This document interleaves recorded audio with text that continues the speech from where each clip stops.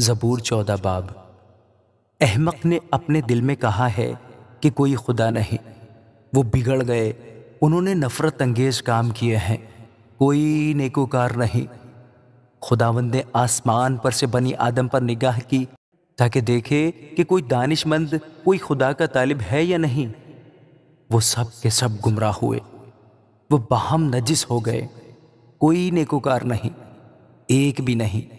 کیا ان سب بد کرداروں کو کچھ علم نہیں جو میرے لوگوں کو ایسے کھا جاتے ہیں جیسے روٹی، اور خداوند کا نام نہیں لیتے؟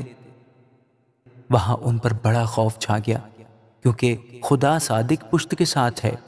تم غریب کی مشورت کی ہنسی اڑاتے ہو، اس لیے کہ خداوند اس کی پناہ ہے۔ کاش کہ اسرائیل کی نجات سیون میں سے ہوتی۔